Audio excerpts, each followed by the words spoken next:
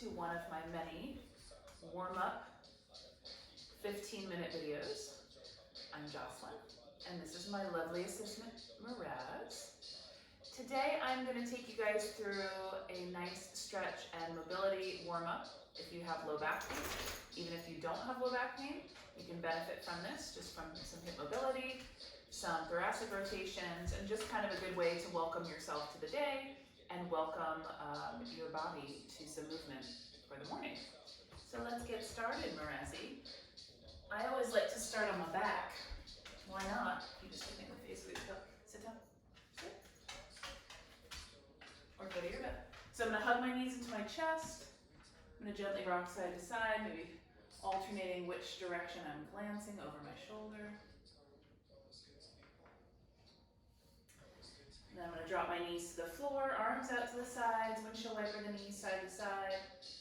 Crack and pop, crack and pop. If you feel any stickiness, you can pause in that one position for a minute, just breathe. And bringing the knees a little closer to one another, pulling into your chest. Round and release. Round and release.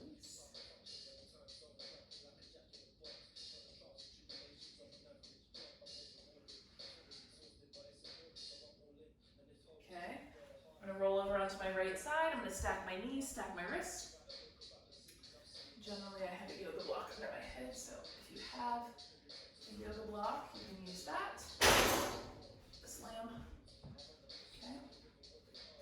Stacking knees, stacking shoulders, up and over. Ooh, that was a great pop. Now, I am limited in my mobility, not just because I'm tight, but I do have scoliosis between my shoulder blades. And since being pregnant, the counterbalance of the scoliosis has now affected the lower part of my spine, so just above my pelvis. Everybody's different. You just have to learn how to honor what you're feeling and just tap into what you're feeling and your intuition. If you know your body will tell you what you need, whether it's to rest, whether it's to stretch, but there are a lot of physical therapists, there are a lot of chiropractors, there are a lot of trainers that do know what they're talking about. So trust them. When they ask you what's going on, they'll be able to analyze your body just by looking at the way you're standing and where your pain is coming from. Because sometimes there may feel in the QL area, if that's tight, my arm is sitting back here. If it's tight, you'll feel like you want to stretch it, but it can be tightened because it's overly stretched, if that makes sense. So the reason that I'm not fully opening here is because I want to keep my knees, my hips stable, and my knees are stacked.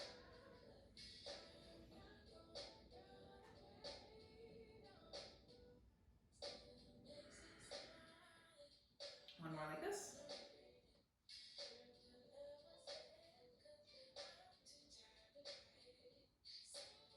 All right, we're going to come into some cat-cows. Quadruped position. Tops of the feet pressing into the floor, knees underneath the hips, shoulders over the wrist. You're going to drop your belly towards the floor and glance out and away. And then press down through the tops of the feet and the hands. Press that upper back towards the ceiling, glance up at the belly button. Just kind of rock forward and back. Moving with the breath, you'll notice the inhale, where you have space to fill up the belly. And the exhale, you'll really be able to kind of concave the belly here if you blow all the air out. Just keep the space between the earlobes and the shoulders.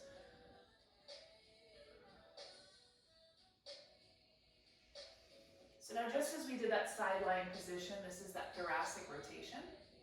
So neutral spine. Don't laugh because I have a lack of mobility, but this is why I'm doing this, because I need to work on it too. One side will feel very different from the other. So you're going to take your right hand, reach underneath, okay? And then from there, reach up towards the ceiling. So underneath and up towards the ceiling.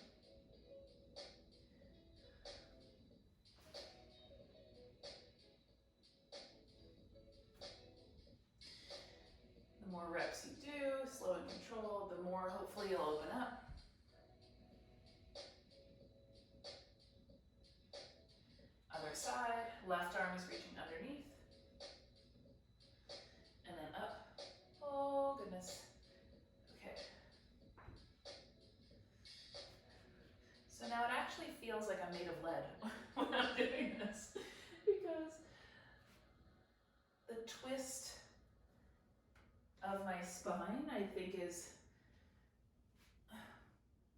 yeah, just keeping me from wanting to do this properly. So another way of doing this, if this doesn't feel really great, is just creating less of a reach, okay? So you can use your elbow and then working on opening the elbow. You can even, the way that I do this when I warm up in the morning is I just drop one elbow to the floor and the other just to kind of get my ribs back in place. You can also place your hand on your hip and just open the shoulder up to the ceiling. So let's do a couple of those on each side. And then when you watch this video back, you can do any variation that feels best to you. And obviously the progression would be that straight arm up towards the ceiling. Okay, so from here we're gonna sit and do some cat-cows. So you're gonna round your back here, and then you're gonna place your hands behind you and see if you can rock your pelvis forward to arch the back, and then round. And then reach. So lifting the heart, I'm tucking my tail here, and then I'm trying to arch my back, tilt my pelvis forward as I glance up.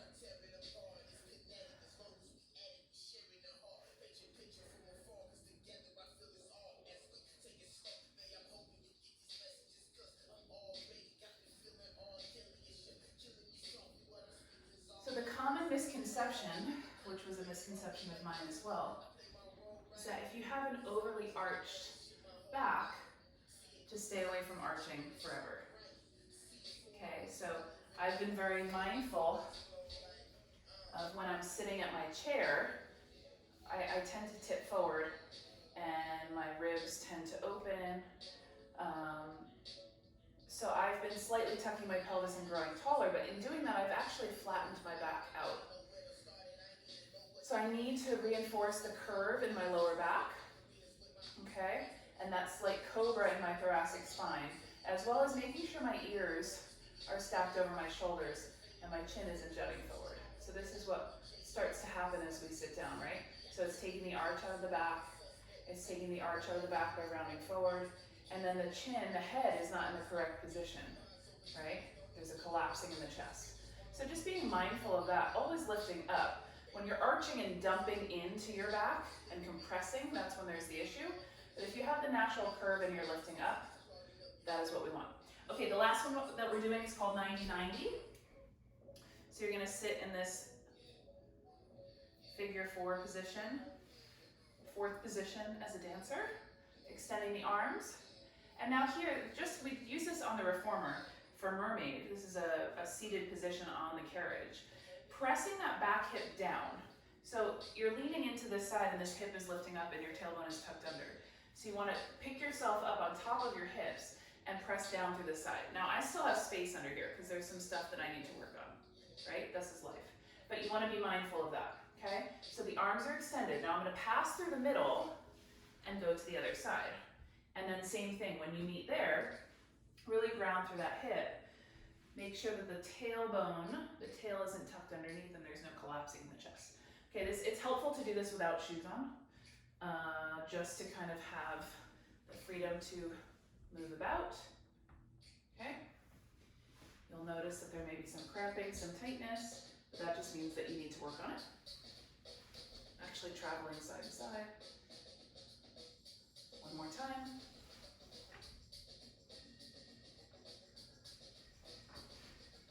And now I'm fully off my mat. From here, let's spin it around. We're gonna go into a child's pose. So from doing that, I tend to fire a lot in my quadratus lumborum, the side waist. Not so much obliques, but I feel it in my back. So you wanna go ahead and breathe into that space. In your child's pose, breathing into the backs of the ribs. And then my right side, it tends to be tighter, so I'm gonna walk my hands over to the left.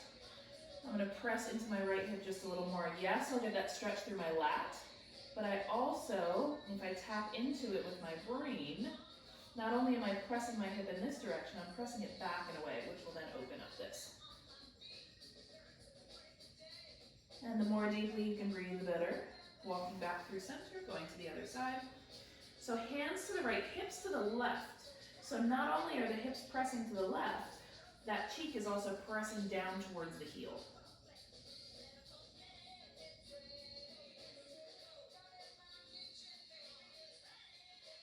Coming back through center, gently tucking the toes, downward facing dog, pedaling the heels. Opening up the calves, shaking the head yes and no.